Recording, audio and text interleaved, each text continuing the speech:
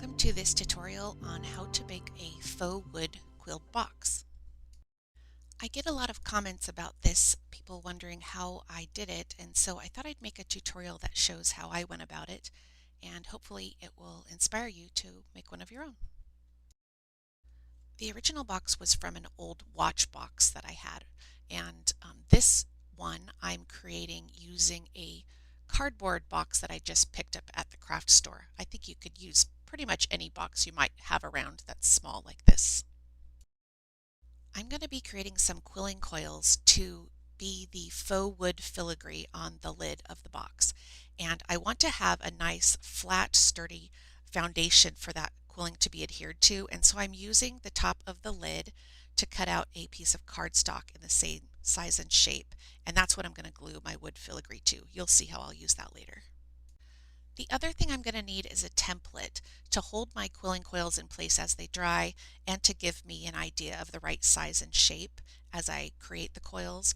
And so I'm cutting out a circle from a piece of cardboard, and I'll use the outline of this to put my filigree into. I am making this circle slightly smaller than the box lid because I don't want the filigree to go all the way to the edge. The nice thing about cardboard, besides the fact that you can find a spare piece pretty much anywhere, is that it's fairly thick and does really well holding quilling coils in place as they dry. So here are the basic tools that I'm using to create the quilling on the top. I have a quilling paper, of course, and some glue, my slotted quilling tool, and my template. And I'm going to use a cork board and some pins to hold things in place. You'll notice that I opted for black quilling paper, and I often use that if I'm going to paint it because it's a good just base color, and I can add acrylic paint in any color on top of it. So now I'm just going to create various quilling coils and place them into the template until it's filled. I am partial to using marquee or petal shapes because they do have a pointed end and it makes it a little easier to fit pieces together without having a lot of large gaps. In terms of size of the coils, I'm using a full length of paper in many of these coils, but you could use a half piece or even smaller, even larger if you wanted to, and it will give you a different look for the filigree in the end. But I would encourage you just to play around with it and see what you like. You don't have to glue everything in place. You could dry fit it before you do that. In this case, I am going to glue the two pieces together right now. So you can see I'm just adding a little bit of glue and sticking that piece down next to the other and using a pin to hold it together. I am being careful not to glue to the outside frame because I want to make sure that I can get this out of the frame once it's all dry. So you're just going to continue to do that, filling up that template, pushing pieces into place, and sometimes you got to smush it in just a little bit, making sure, of course, that you don't crush it too much, but just fitting the best that you can. At some point you'll have enough pieces in there and they'll have dried enough that you can begin removing some of the outside pins, and this just opens up a little more room for you to work in. Alright, once you have it pretty well filled in and glued together, you'll want to just look at it and see if there are any spaces that look a little too open. And what I like to do at that point is just take a few different sizes of tight coils that I've made and try to fill in those extra spaces, just pushing them in as needed to fill in those gaps. While I'm waiting for the glue on that filigree to dry, I'm going to go ahead and start prepping my box to begin that faux wood painting process. I should start off by saying that I really am not an authority in painting, and there are lots of really great tutorials out there on faux wood painting. If you don't like my approach, I've just learned from online videos like a lot of people, but I'll show you what I do and then you can see if it works for you. So I like to use just a black layer of paint to start out with, and in this case I'm using I've heard it pronounced either gesso or gesso. I think people debate about this, and so I'm just going to say it's a black layer of paint And this type of paint, gesso, is one that is a good base layer for things like cardboard. And I think I could have probably used acrylic as well, and it would have been just fine and saved you all from this long explanation. At any rate, I'm painting this first layer black, and what I'm trying to do in this first round is try to establish the the lines for the wood grain. So I'm not trying to make it super smooth. I am trying to go all in one direction on each of the surfaces so it does kind of simulate a wood grain finish.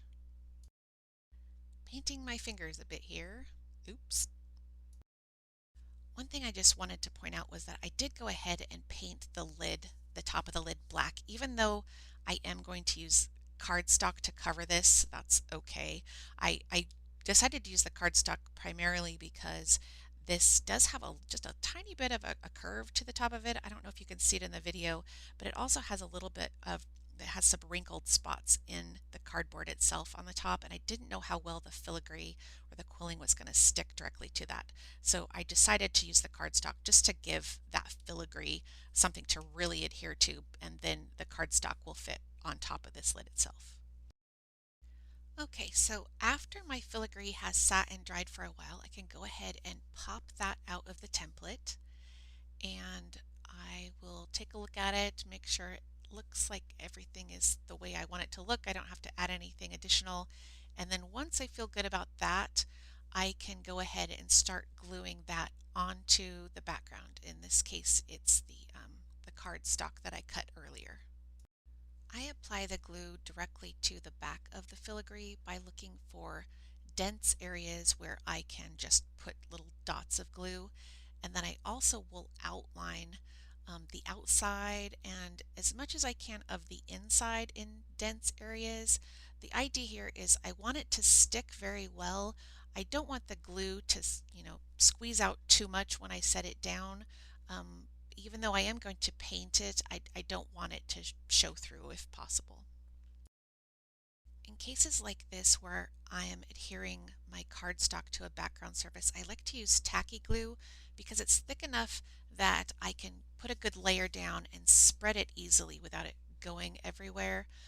But I also can spread it pretty thin and go right to the outside edges. Now that the filigree is applied to the box, we can move on to painting. I'm just using undoctored acrylic paint, and the process I go through is I like to start with that base layer of black in paper or paint format here, and I go through several rounds of adding brown, different shades of brown, and I'm going to start with a very dark chocolate brown.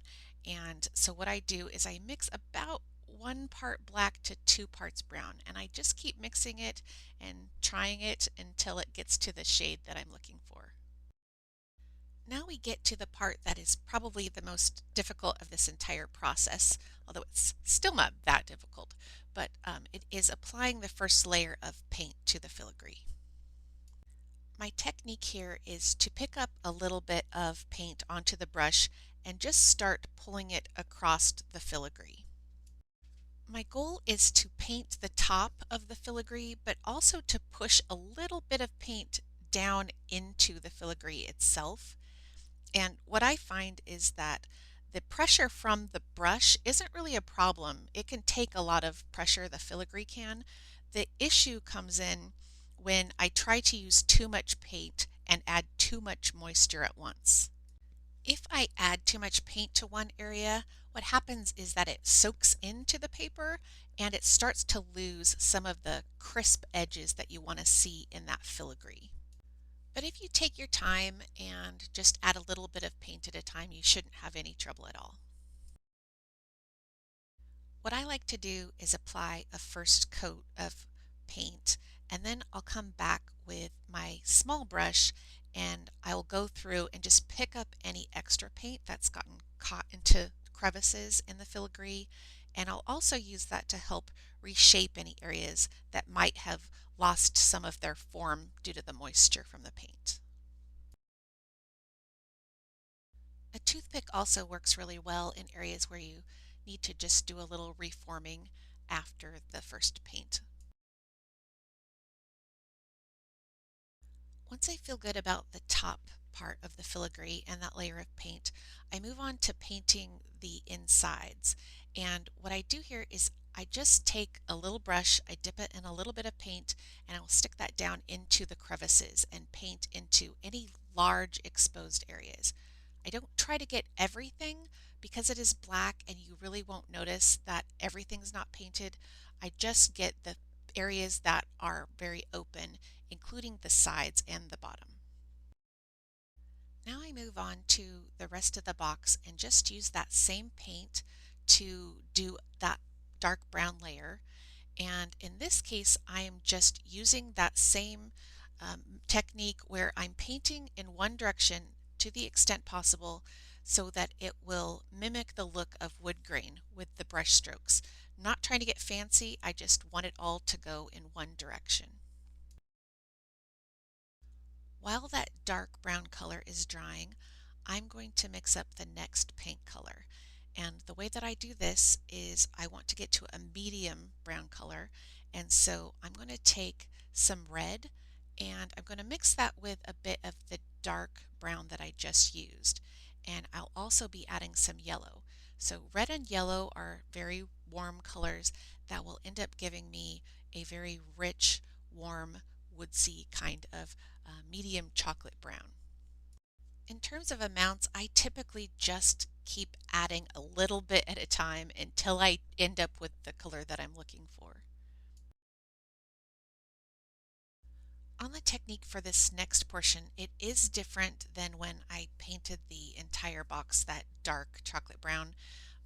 In this case, I want to use this medium brown color as more of a highlight. There are different approaches to this, but the way that I like to do it is I like to use a very thin layer of paint. And so I dip my brush in just a tiny bit of water and then I use a paper towel to really dab that water off. I dip it in the paint and then I dab a lot of that off. So you are ending up with a brush that really hardly has anything on it, but that when you rub it across the surface of your box, it's going to just give you kind of a streaky effect, and that's really what you're going for. If you find that you've added too much, you can put a little more water on your brush, wash it out a bit, dab it off, and then use that dry brush to pull some of the paint off, and then that again will continue to add to that streaky effect. Remember, of course, to continue to follow those same lines that you've been following before to maintain the wood grain effect. Once you get to the filigree portion, there's really not much change in the technique.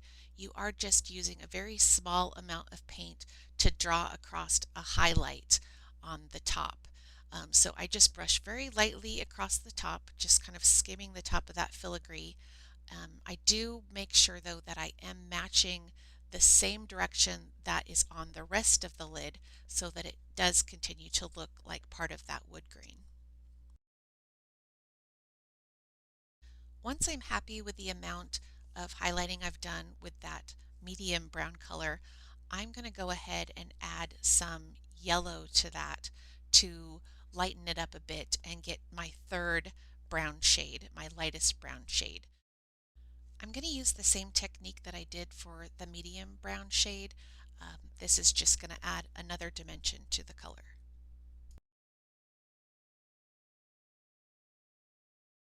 The last color I use is a highlight color, and in this case I just mixed some red and some yellow and got kind of a dark orange.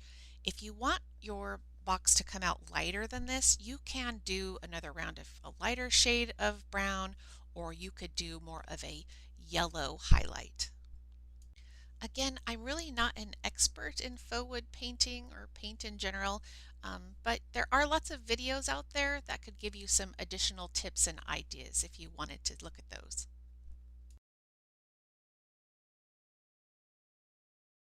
All right, back to the more straightforward painting.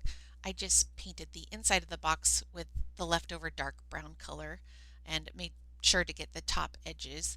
You could do some additional faux wood painting inside if you'd like, or I've also just covered the inside with fabric or paper. Lots of different options here. So here is a change that I made from the original box. I decided to just try a highly lacquered wood look, and I used a varnish that was lacquer. And honestly, I probably like the matte a little bit more, but some people may prefer the lacquered look. So anyway, I'm glad that I tried it, and this is how it turned out.